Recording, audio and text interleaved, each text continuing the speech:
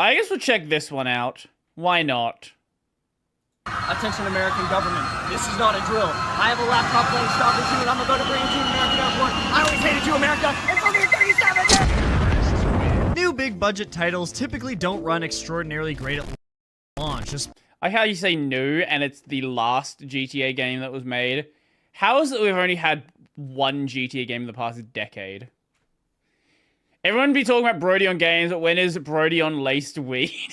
Especially products that push boundaries like Shadow of the Colossus and even more recently, not so recently, Breath of the Wild. Although random frame rate drops should be expected from new innovative video games, borderline... No, when is this video? This is a month ago. No, Cyberpunk? Unplayability should not be. Stalker 2 released last winter, and it's one of the most captivating open world games on the market right now. However, most people can't even get a lick of its deliciousness because the game is plagued with bad optimization issues. In this video, I'll be breaking down what's so demanding about Stalker 2's graphics and comparing it to other modern games that have optimized their visuals to look and run better. Stalker 2 is a great game, but something that isn't so great about it is the oil on canvas reflections that you can spot whenever you look at the water. Elden Ring is a gorgeous work of art, and it uses an old but gold technique known as screen space reflections. Basically, it samples the depth buffer, which is what stores the information on where distant and close pixels belong in proximity to the viewer, and recycles Screen space reflection can have problems depending on how you lay out the world. Notably, Oblivion and Kazan and a lot of games, actually. Information already displayed on the screen. The problem is also... Yeah, it's also what they allow to be reflected. I think the problem you see in games like Oblivion is they allow things that are like 7 miles away to be reflected, even though like that's not how reflection should be working. Close pixels belong in proximity to the viewer, and recycles information already displayed on the screen, creating a convincing performance-saving reflection. Because it needs a reasonable amount of room to create an accurate reflection, there are limitations to its result. Like how on the edges of your screen, reflections will cut off entirely. Or if you isolate the reflection, it'll disappear because there's nothing on the screen to base it off of. Even though they aren't perfect in Elden Ring, they are consistent and work seamlessly with the environment, successfully accomplishing the complex task of reflecting a large-scale area while saving performance. Now, this may seem familiar as Stalker 2 clearly uses screen space reflections as well, which would be a good thing if it didn't tack one massive frame eater on top of SSR. Stalker 2 uses the crap out of Unreal Engine 5 software Lumen for everything, even if it's not necessary, and that includes reflections. Lumen reflections use screen tracing to gather initial data and then switch to software ray tracing for the off-screen objects. And you know what? It looks really good in tight spaces. I mean, seriously, just look at that. But pretty much everywhere else, I'm sure it looks really good in screenshots. Not noticeable or... yeah. In an effort to give the game advantage, but pretty much everywhere else, it's not noticeable or... yeah. What?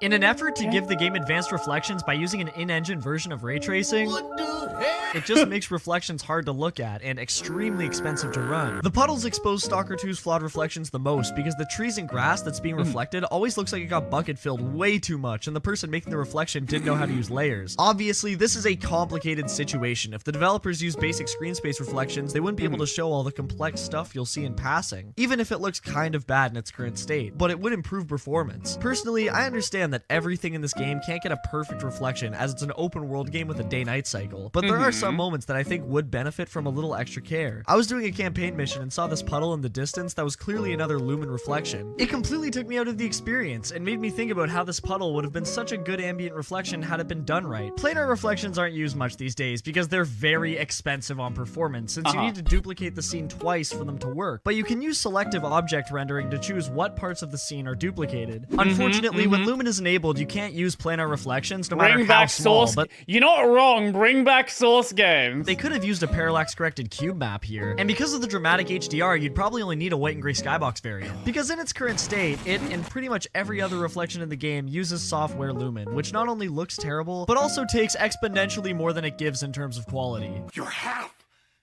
There is no your half. There is only my all of it. Do you understand? I can't believe I'm about to use this game as an example for good usage of modern-day ray trace reflections, but in Persona 3 God, it's okay. Yeah, P3. Yeah. Reload, when you go into the city or look at the windows inside your classroom, you can clearly spot these beautiful reflections showing the population going about their everyday Wow. life. The reflection is subtle, realistic, and because of Persona 3's anime art style, doesn't have any artifacting problems because it's not reflecting anything too complex like hair strands. Persona 3 Reload is already an easy game to run, so it can afford to use this expensive technology because it's only reflecting a stylized and miniature loaded-in area.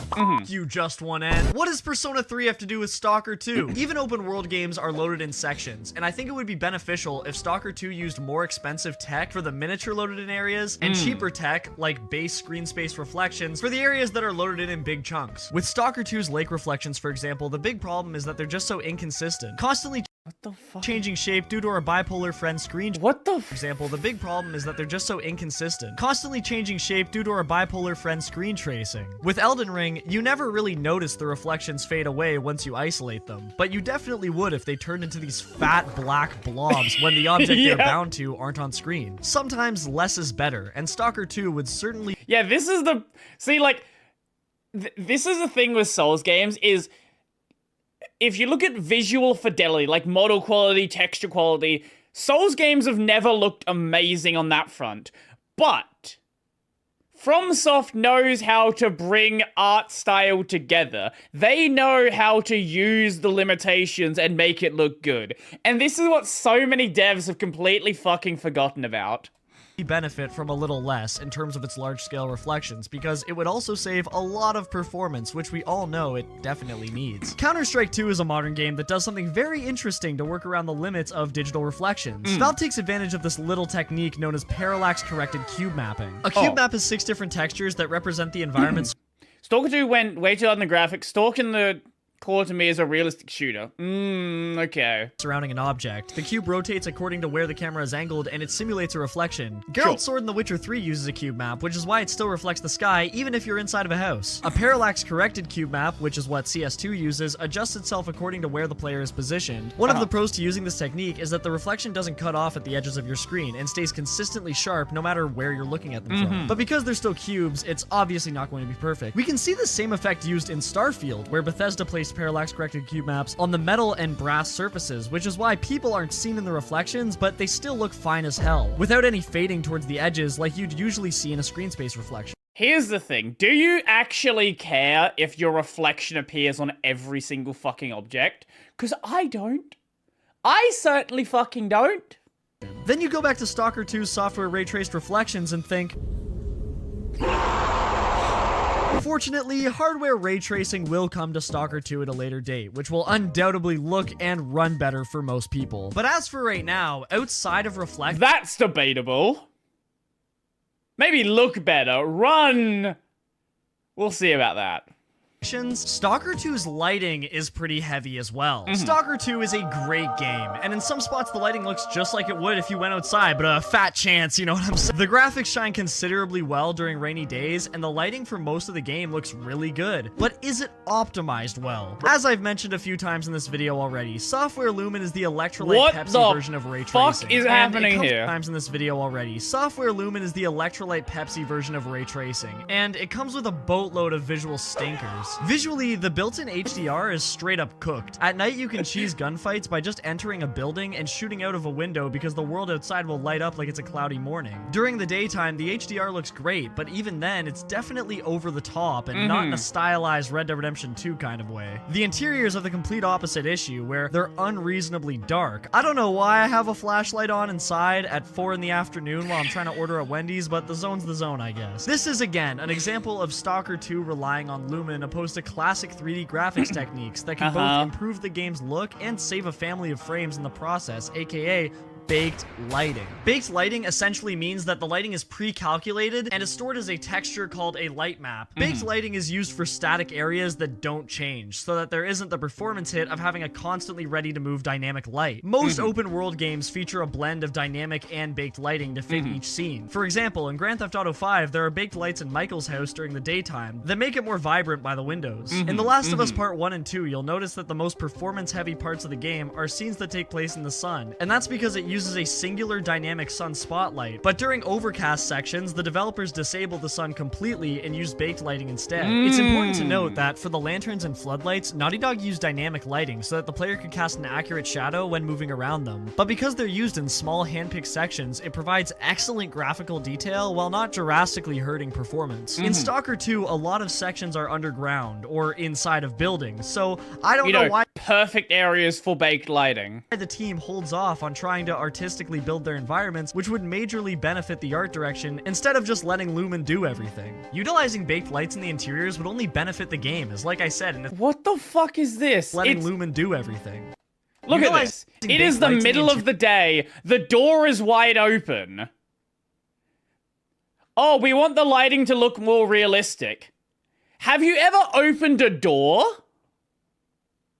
This is not what it looks like when you open a door in the middle of the day.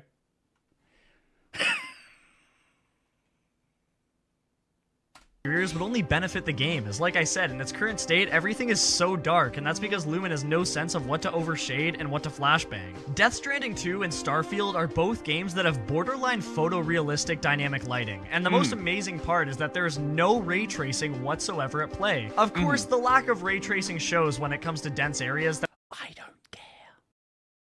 Nobody cares about the lack of ray... See, people say they care about ray tracing when the option is the game looks bad or ray tracing. But a game built from the ground up without ray tracing, it doesn't matter. It doesn't matter. In fact, in many cases, it's gonna look better because it's a fucking stylized art style. That would benefit from a little more... If I want to see ray tracing, I'll go outside. ...shadows, but the save in performance makes it worth... How does Kojima do it? Genuinely, how does Kojima do it? What the fuck is this scene?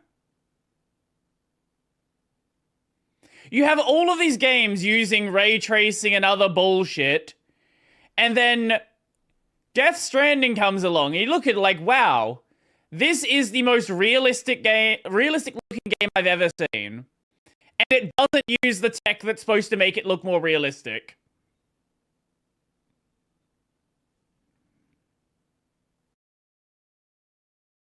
Kojima is the chosen one? Yeah, apparently. It's almost like the reason why things look good when Kojima makes it is because Kojima is an artist and not just a game developer. Also, because everything is more visually handcrafted in both games, broken lighting issues rarely occur. If you go inside of a small structure in Death Stranding 2, the pseudo HDR won't kick in because it doesn't have to. But in Stalker 2, the light acts like it's constantly being held at gunpoint and needs to change its approach every half second. Yeah, Black Myth Wukong does the exact same thing. You walk into a cave and everything just turns to black. You walk out of a cave and you get flashbanged. Which sometimes looks good, but other times takes you out of the experience, and of course, annihilates performance. So the reflections are heavy, the lighting's expensive, and the shadows... Yeah, Stalker 2 is a great game, but something that isn't so great about it is its unreasonably active shadows. As we've discussed, the developers rely on Unreal Engine 5's Lumen for pretty much everything light-related, meaning not only is each object casting a dynamic shadow that reacts to its environment, but also little assets that you wouldn't even notice get a shadow as well. Ambient occlusion is a shading... Yup. Why does the grass need a shadow? Are you ever gonna see it? No? Is it a waste of performance? Yes.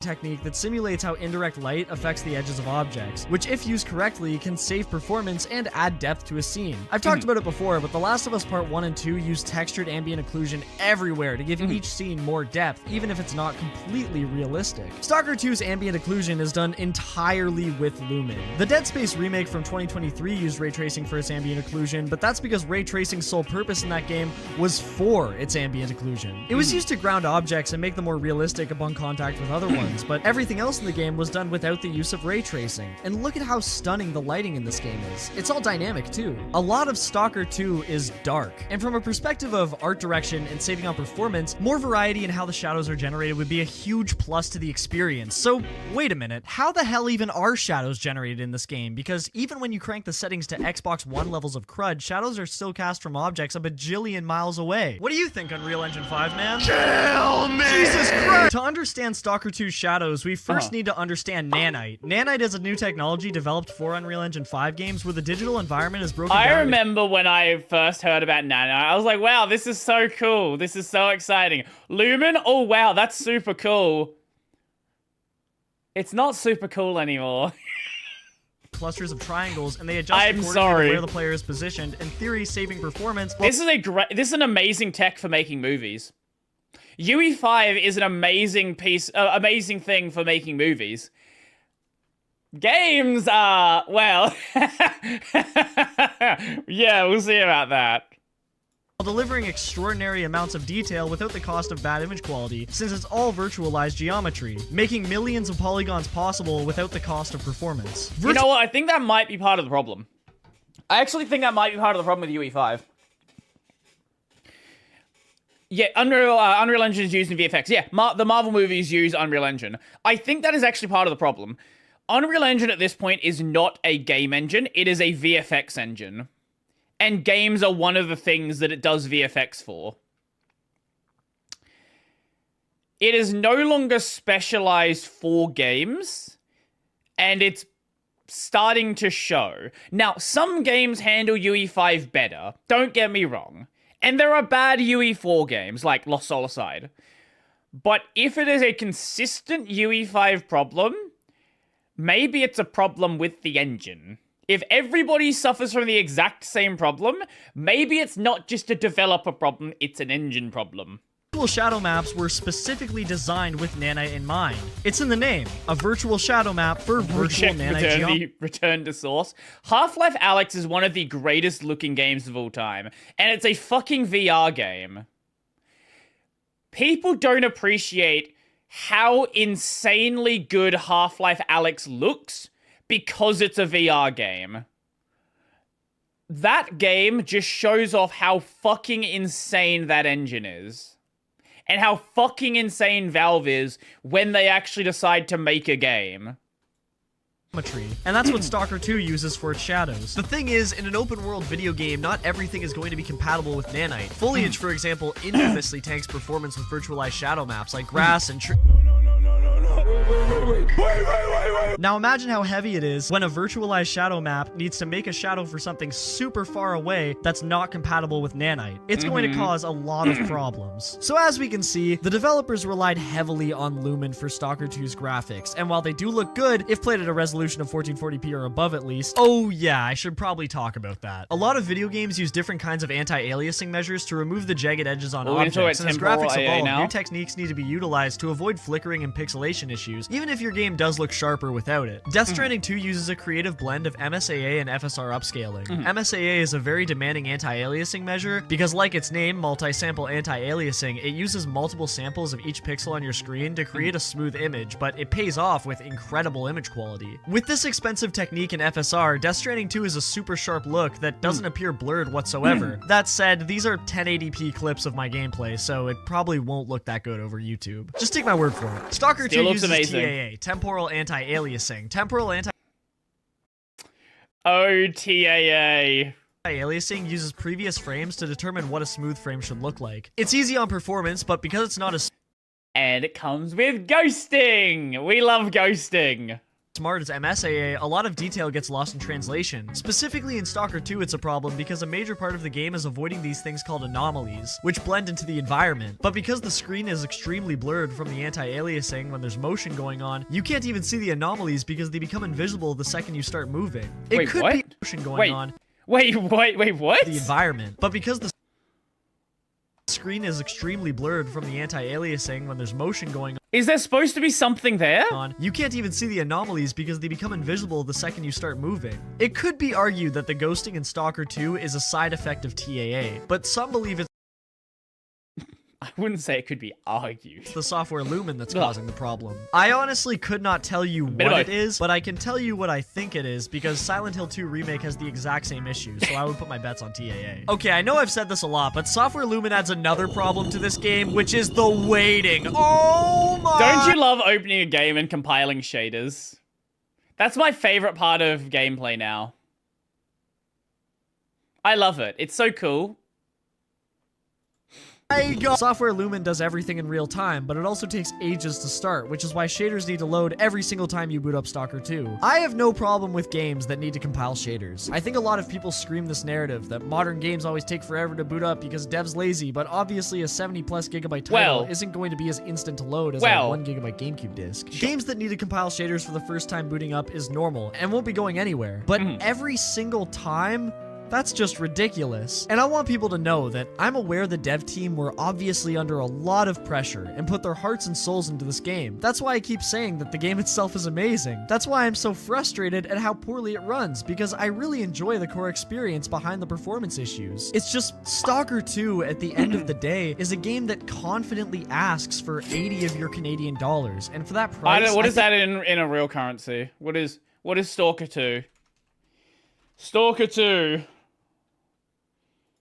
It is $60 US, so it is. It is 90 Australian dollars right now. Wow. Wow. 200 Aussie dollars. I think that 60 was on a different edition. I think that no matter what the game is, there should be a quality standard with how well it runs. Grand Theft Auto 5 Enhanced is a game that already has a built-in dynamic lighting system, but you can enable ray tracing to make the game look even better at the cost of performance. Cyberpunk is the same story. Enable ray tracing to make the game look even better at the cost of does that look better?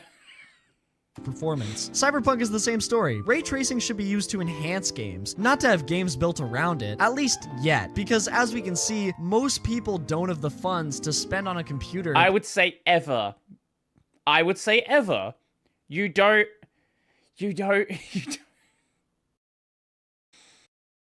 I'm so glad the Indian AA scene exists. I really am.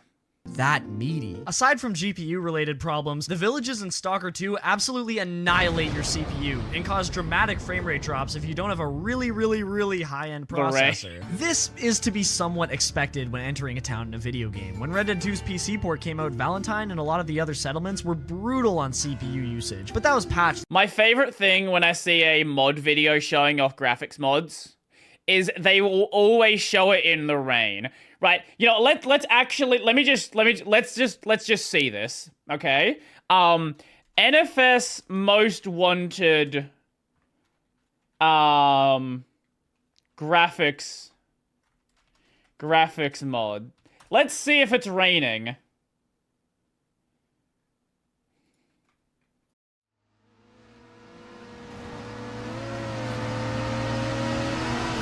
It's not raining right now. Impressive. Now, when does the rain start? There it is.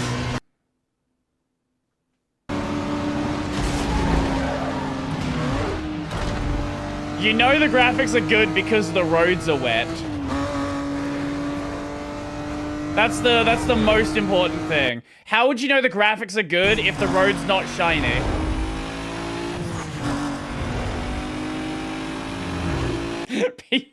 Every time, it's always rain. People love it so much. Later on. Personally, the same thing can be seen. There's a fucking puddle here as well. The same thing can be done with like GTA 5 mods as well. I believe one of the major problems with settlements in Stalker 2 specifically, and why they are so taxing on your processor, is because the interiors don't seem to be loaded separately from the outside. It's all done at once, which is strange because let's not talk about Watch Dogs 1 as a example of anything graphical-wise. Do you not remember the bait and switch that was Watch Dogs 1? I know in retrospect people love the game, but I remember how angry people were about Watch Dogs when it came out. Because that game was it's one of those things where people thought it was going to look fucking amazing. And it was this just vertical slice that looked nothing even remotely like that. It's not like there's a lot of windows to see the outside or inside anyways. In The Last of Us Part 2, whenever you enter a new area... However, I know in retrospect people do really like Watch Dogs, so I will grant you that.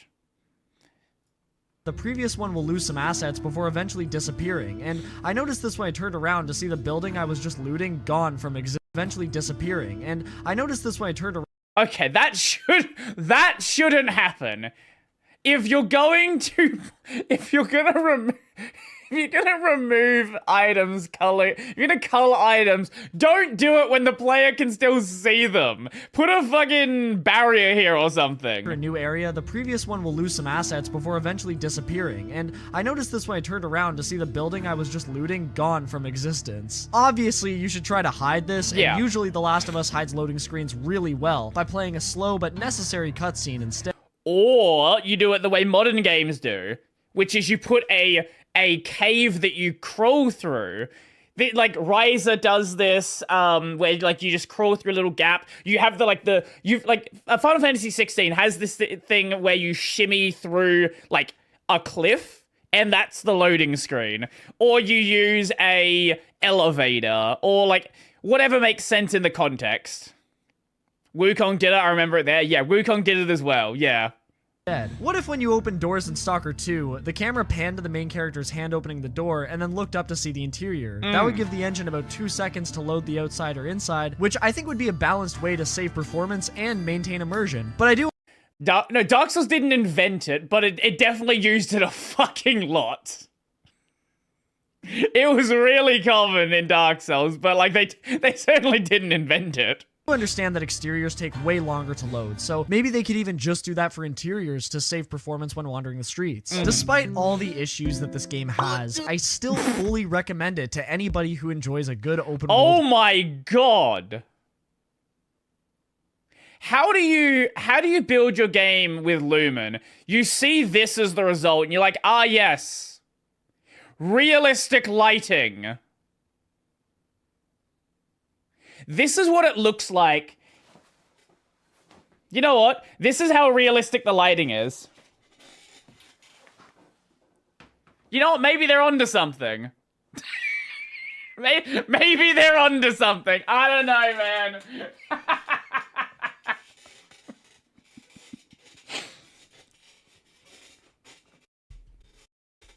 Game and can run it. Something I value deeply in video games is difficulty, and Stalker 2 is a game that makes you tactically approach any scenario that the game throws at you. It's immersive, it's fun, and holy cow, it's rewarding. The message of this video is not Stalker 2 is a bad game. The message of this video is not all modern games are unoptimized garbage, because neither of those accusations are true. I'm just trying to point out what other games in recent years have done to get around expensive graphical decisions, and what Stalker 2 can learn from them to be more accessible to the general public before it becomes a $5 Steam sale burner game in 2035. But I've done a lot of talking, so I want to ask you guys, what do you think about all this? What modern game looks and runs exceptionally well? Let me know in the comments below, and I'll check them out as soon as I possibly can. As always, thank you so much for taking time out of your day to watch this video, and make sure to... That was a good video. I like that.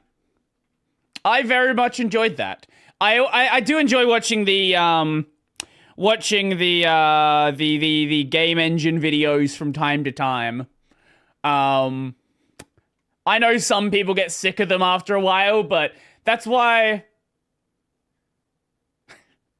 we don't do them every single week. Today I heard an Asian say rice is the only thing where white...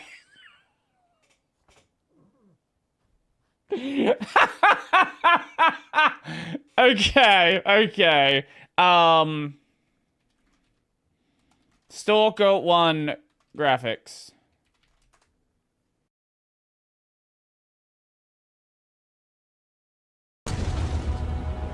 This is what year is this? This is a 2009 game. It actually looks pretty impressive for 2009.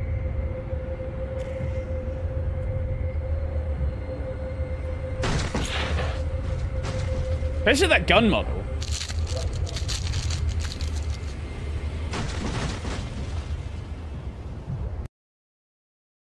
All right, sure.